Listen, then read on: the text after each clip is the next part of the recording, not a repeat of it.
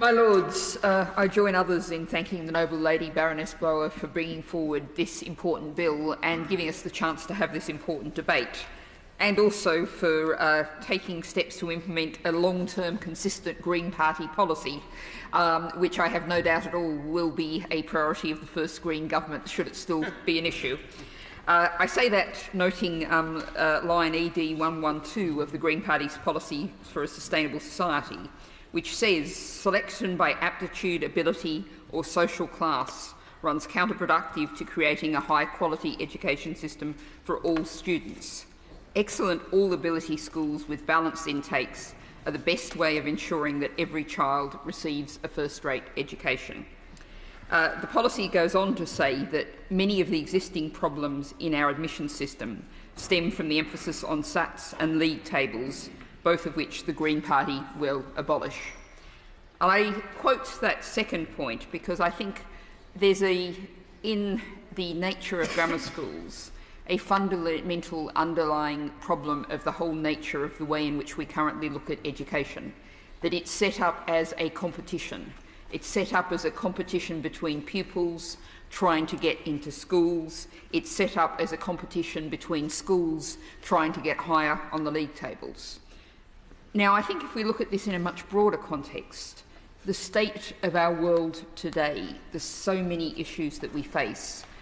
We need to develop the human potential of every person on this planet to the best possible level.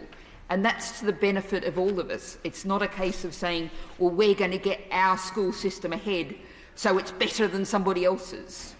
We all benefit the better that schooling is all around this country and all around the world. Now, I think many noble lords have already set out some of the stats and the figures and the evidence, but I think it is worth just picking out 3 points, 3 sets of evidence. The first, I'm going to refer to a Durham University study published in the British Journal of Sociology of Education in 2018. Now, that found, and this is using the kind of measures that the government itself likes to use, what it describes as effectiveness, i.e. exam results. And that study found that once the nature of the intake, chronic poverty, ethnicity, home language, special education needs, and age of the group, grammar schools are no more or less effective in outcomes than other schools. They don't achieve what they're supposed to be aiming to achieve. The study finds that the apparent success is just due to the selection of the group of the pupils. Now, coming towards a kind of measure of schools that's much more the kind of measure that I'd like to see, there was a study in the same year by UCL Institute of Education which analysed data from 883 children in England and 733 children in Northern Ireland with similar academic achievements at primary school and from similar backgrounds. And it looked at these pupils at the age of 14. It looked at some of those traditional tests in English, maths, verbal and non-verbal reasoning and vocabulary, and there was no difference in the results. There was no benefit from the grammar school. Perhaps more crucially, given some of the issues we face and the concerns I have about schooling, looking at the pupils' mental health, engagement at school, well-being and interaction with peers, the way in which a school is preparing pupils for life, there was also no benefit from a grammar school education.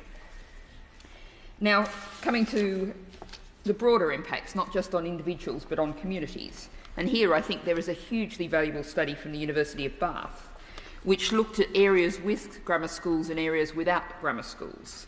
And this study found that inequality in earnings is significantly higher in people who grow up in areas with grammar schools compared to those who grow up in areas with a comprehensive system.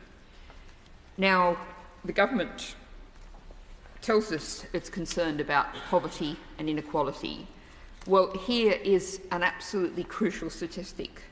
Low earners who grow up in a grammar school system area earn less than the low earners in people who grew up in a comprehensive school area.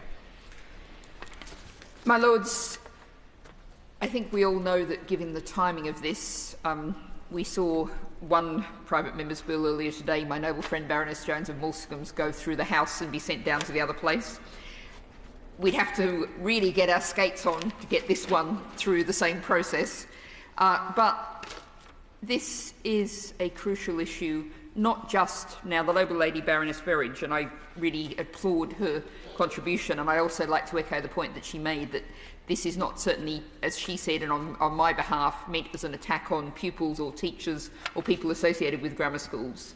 People make the best of what they have now, and I indeed visit a number of grammar schools with Learn with the Lords and through other school visit programs.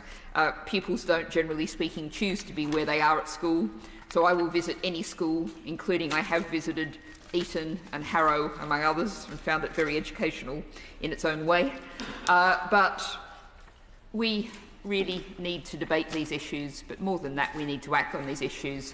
So I wish the Noble Lady Baroness Blower's Bill Godspeed.